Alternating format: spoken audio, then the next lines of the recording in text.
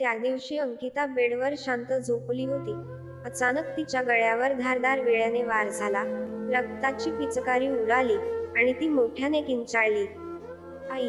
तिने डोळे उघडून पाहिले तर हा भयानक हल्ला करणारी दुसरी कोणी नसून तिची आईच होती. नमस्कार मित्रांनो, नांदेड जिल्ह्यातील हिमायतनगर तालुक्यातील नेहरूनगर परिसरात रामराव पवार हे आपल्या कुटुंबासह राहत होते. मनमिळावू स्वभावामुळे गावात लहान थोर त्यांना ओळखत होते. 2 एकर शेती कसत आपल्या कुटुंबाचा उदरनिर्वाह करणाऱ्या रामराव यांनी 3 मुलींच्या चांगल्या घरी लग्न लावून दिले होते. आता त्यांच्या घरात चौथी आणि सर्वात लाडकी लेक अंकिता होती. 10वी पर्यंत शिक्षण घेतलेली आणि दिसायला सुंदर असलेली अंकिता आई पंचफुलाबाईच्या लाडाने वाढली होती.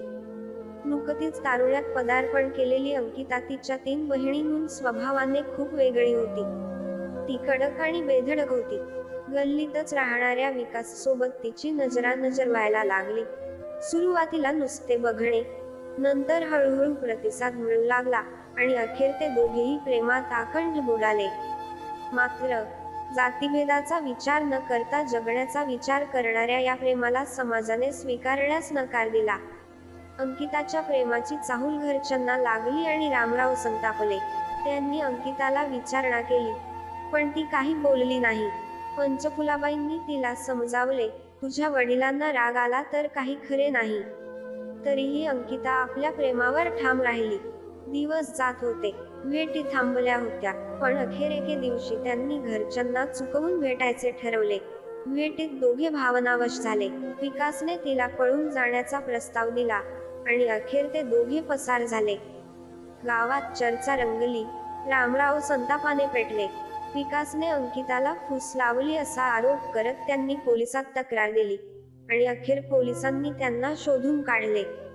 अंकिताला समजावले गेले, तिला घरी आणले गेले, पण तिने स्पष्ट सांगितले, मी विकासशिवाय कोणाशीही लग्न करणार नाही.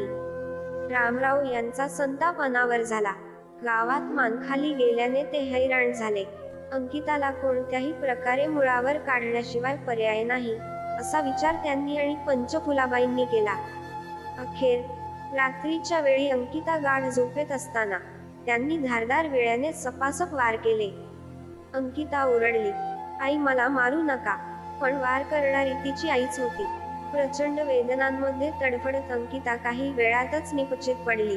या घटनेविषयी आपली प्रतिक्रिया काय आहे, आम्हाला नक्की कळवा आणि अशाच सत्यकथा जाणून घेण्यासाठी आमच्या YouTube चॅनलला सबस्क्राईब करा आणि बेल आयकॉन प्रेस करायला विसरू नका. धन्यवाद.